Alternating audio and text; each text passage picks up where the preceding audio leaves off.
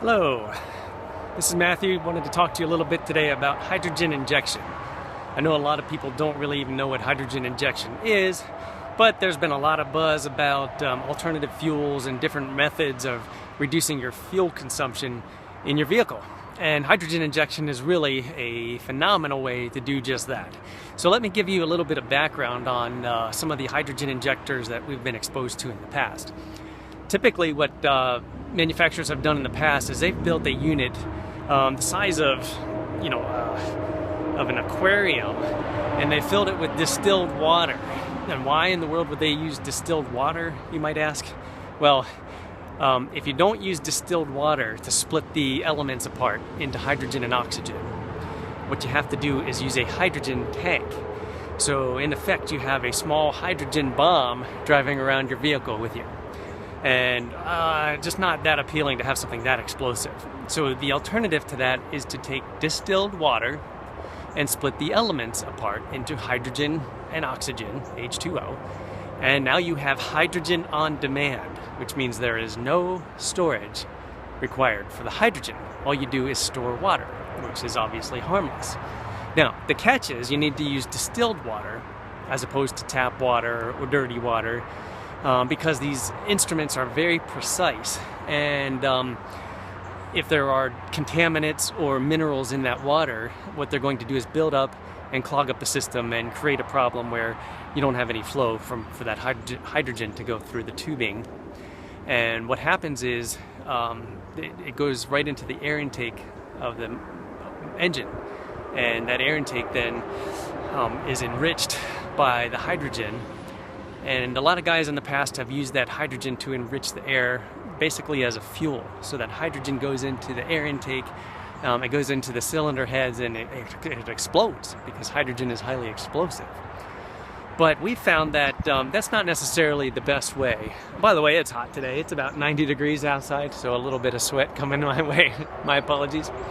But if you want to effectively improve your fuel consumption on your vehicle, specifically if you drive a lot of miles like a tractor trailer, you don't want to force feed lots and lots of hydrogen into your system for several reasons. One is you would need a large tank of water. Imagine a 20 or so gallon aquarium, something pretty big, full of water that you're driving around that you got to fill up on a regular basis, because you need to split apart that water into hydrogen and oxygen, and you need a lot of it.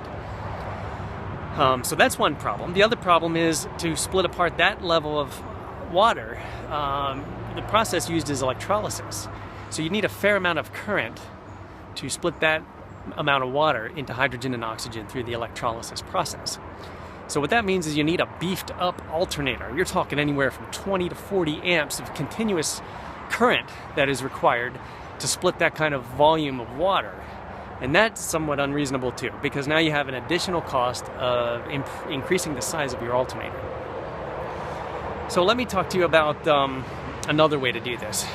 If you tune in the amount of hydrogen through specific algorithms, you can actually find exactly what is needed to space out the fuel molecules that are being squirted into that cylinder.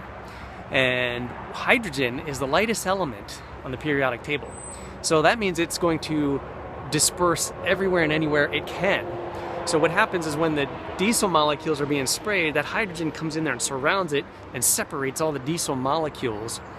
So when they are burned, they get to burn in a much more complete fashion.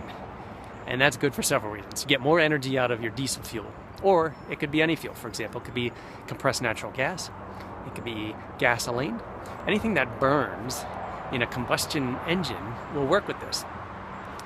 So let's use diesel fuel for an example, since I said that a few times already. We'll space out those fuel molecules of the diesel so we can burn that molecule very efficiently and effectively, which gives us a higher burn rate, which we use more energy of that diesel molecule. We have less pollution or air emissions from that diesel molecule, which means less soot being shot into the sky, and less that's being put into your oil system, your motor oil system. So guess what? Now you don't have to change your oil potentially as often, because your oil is going to run cleaner, your filters will run cleaner, so your engines theoretically run longer because you have cleaner engines. So not only can we reduce fuel consumption, we can reduce the maintenance required on your oil system. So using very precise amounts of hydrogen does just that. And here's the other side, is because it's using a very precise amount of hydrogen, you can use a very small reservoir to hold the water in. Something like, imagine a 2-liter bottle of soda on a tractor trailer could last you nearly 3 months without adding more distilled water, because it uses such a small, precise amount.